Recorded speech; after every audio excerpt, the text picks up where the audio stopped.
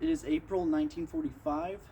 The war is quickly coming to an end, and this is, just a generic what a, GI would wear in 1945, or what most likely a GI will wear in 1945. So we're going to jump right in, talk about what I'm wearing, talk about, what the equipment is used for and stuff like that. And so let's get right into it. Okay, so the basis of this uniform is the M1937 wool uniform. So this is just standard, if it's an American impression, this is probably what's the, same thing throughout the war. But on the feet, got the M43 double buckle boots. And so we're going to get into the more cold weather aspect of this uniform, so let's get right into it. So the 5-button sweater and the Jeep cap was the next item in this impression that I'm doing. It's just extra layer protection from the cold weather. This is late war. This impression I'm basing off, 1940, late 1944, 45, right after Battle of the Bulge and getting into spring time. And so even though we're getting into spring, cold weather's not over, and the cold, wet weather did prove to be a problem for the U.S. troops. A lot of them still had cold weather related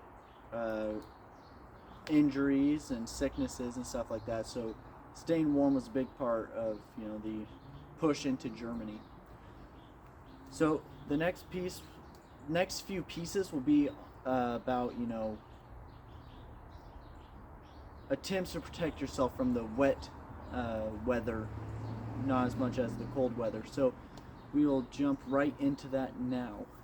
So to protect ourselves from the wet weather, we are wearing the M43 jacket. So this jacket was introduced in 1943, hence the name, and this was a better jacket for the infantry. Before they were having the M41 jackets that went to their waistline, this went a little bit below the belt line, so it was a lot better that way, keeping cold weather from creeping up your back, the cold air from creeping up your back and stuff like that. And it had drawstrings here, so this was more like a windbreaker than an actual jacket.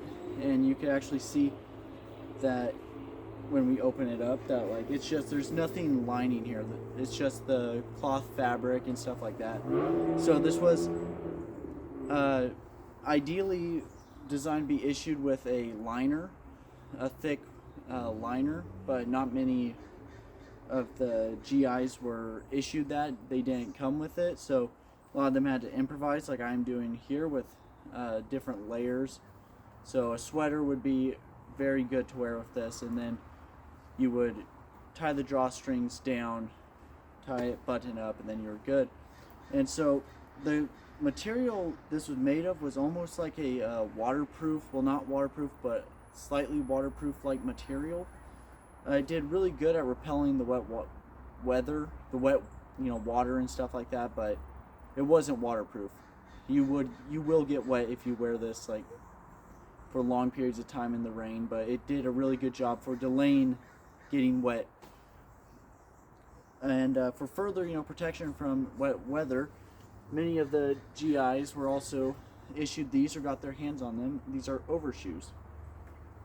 So you may be jumping into the comment section all oh, those aren't lore accurate overshoes, they have 3 buckles instead of the 4. Well, now you guys are right, they did have 4 buckles. The most common ones were the 4 buckle ones, and you guys are right, this is post-war, but this is a design that they had in World War II as well. This one stayed 1953, but same design they had in World War II. There was all sorts of different designs of these overshoes. So you had rubber overshoes like these, but they had only 4 buckles, so they kind of looked like this.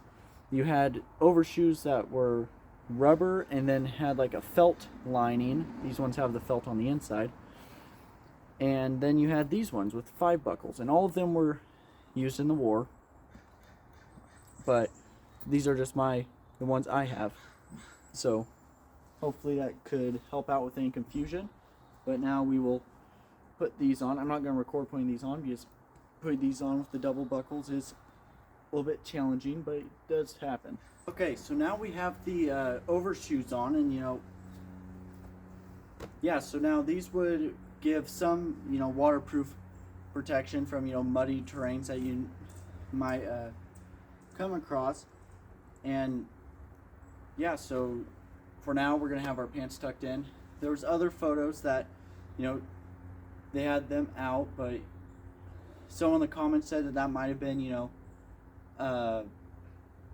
they were wearing a tanker's bib and stuff like that. So I don't know, for now we'll just have them tucked in, but tucked out. If you have tanker bib, that's another option, or in your opinion, whatever you think GI is wearing in the pictures that we showed earlier.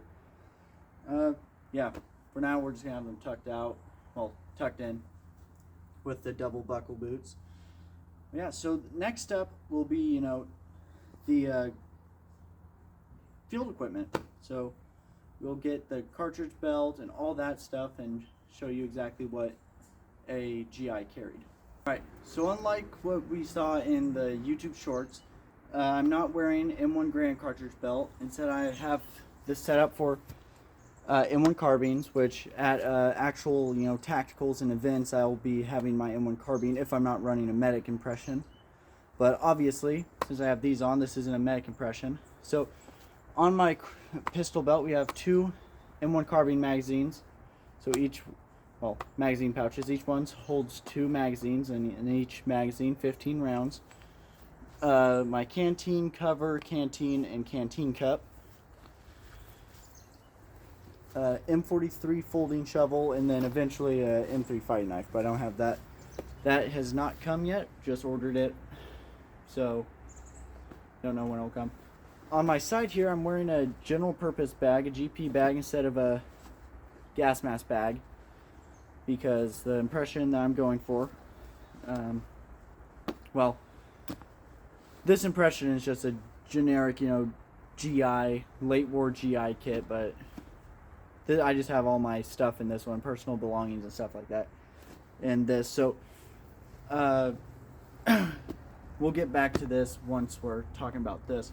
So this is a 1928 haversack. As you can see, it's completely stuffed, and so I have this set up like a normal backpack because it was common with soldiers, especially soldiers who are, god damn it, get through. Especially soldiers who are, always on the move, and, might not need to necessarily have this bag on their back the entire time. Or, they're left in their foxhole, or it's with the truck that dropped them off. Many soldiers late war you don't really see wearing their haversacks all that much because, it's just, you want to stay light. You want to pack light. Having this haversack on your back just didn't really help your case of packing light. So the M1928 haversack was left in your foxhole or left behind the line, so you could go pick it up later and get what you need, or you left it with truck. But soldiers would more carry general purpose bags or gas mask bags because a little bit lighter, had all the essential items in here for soldiers' survival and well-being, instead of all the stuff that was in haversack that soldier didn't really need every day. You had this little bag that had all the essential stuff for your survival. So at the next event, I'm gonna bring the haversack, and the haversack will just stay in my foxhole, probably with this as well. But if I ever going on scout or something like that, I might bring this because this has some food, some stuff for you know, just personal items soldier might want to keep close to them. And you know, they also had a lot of stuff in their pockets. You know, you would see all these pictures of GIs in M43 jackets, and their pockets are absolutely just packed full because you could live out of these pockets. You could fit full rations in each pockets and stuff like that. It's just very versatile, useful jacket.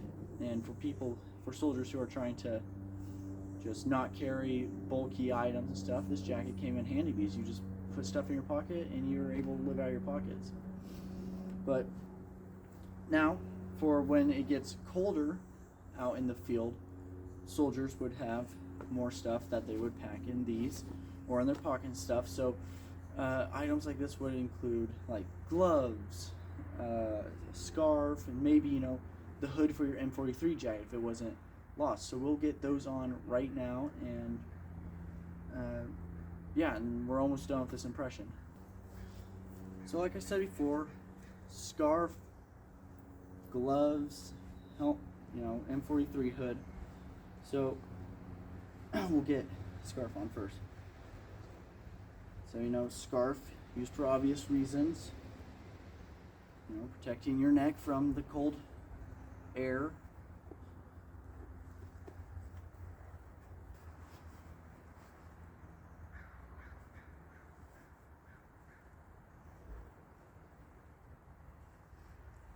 Then some soldiers, if they didn't have the gas mask hoods, they had their M43 hoods. If they kept hold of these were often lost or just thrown out by the soldiers or not issued at all. So in some pictures you see them with them not buttoned down like you're supposed to be, but just like hanging loosely on the sides just to, you know, protect their neck and their ears from the rain. And then you had your wool leather palm gloves. These ones are actually original, so I'm going to be careful putting them on.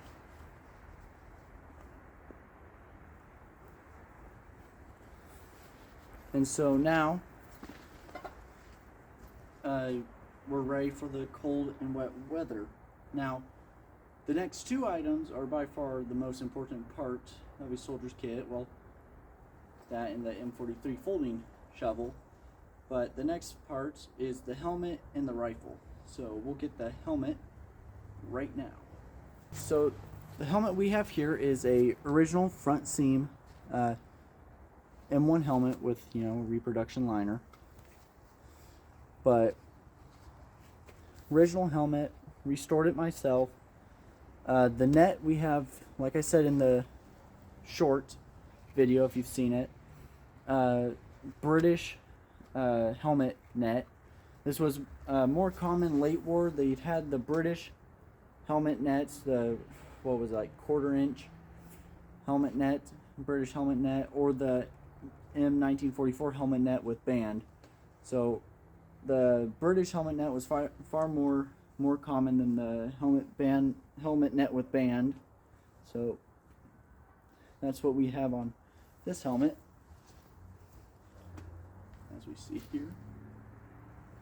And then the final piece of the impression is the M1 carbine rifle. M1 rifle, chambered in .30 carbine. It's clear. No. Clear. And this was, you know, just one of the rifles that were issued to the ground troops in Europe. The M1 Grand would be more common, but M1 carbine was also used quite often as well. But, you know, just more lightweight, compact, and just, you know, easily maneuverable. And so if you want to learn more about the M1 carbine, I have a video on the channel. I'll put the link in the description. But this is the rifle for this impression, because this is the impression that I would most of the time wear at events if I'm running infantry. And with that, that is the generic late war GI impression. And then, you know, we have the haversack laying over by the camera, you know, Won't really need that all that much for, you know, patrols and stuff like that. It'll just be left at the foxhole. So yeah, so this is my late war impression. I hope you guys learned something. If you guys have any comments or some tips, or you know, just any questions, feel free to comment down below. And hope you guys enjoyed the video. Make sure to like and subscribe. And yeah, thanks for watching.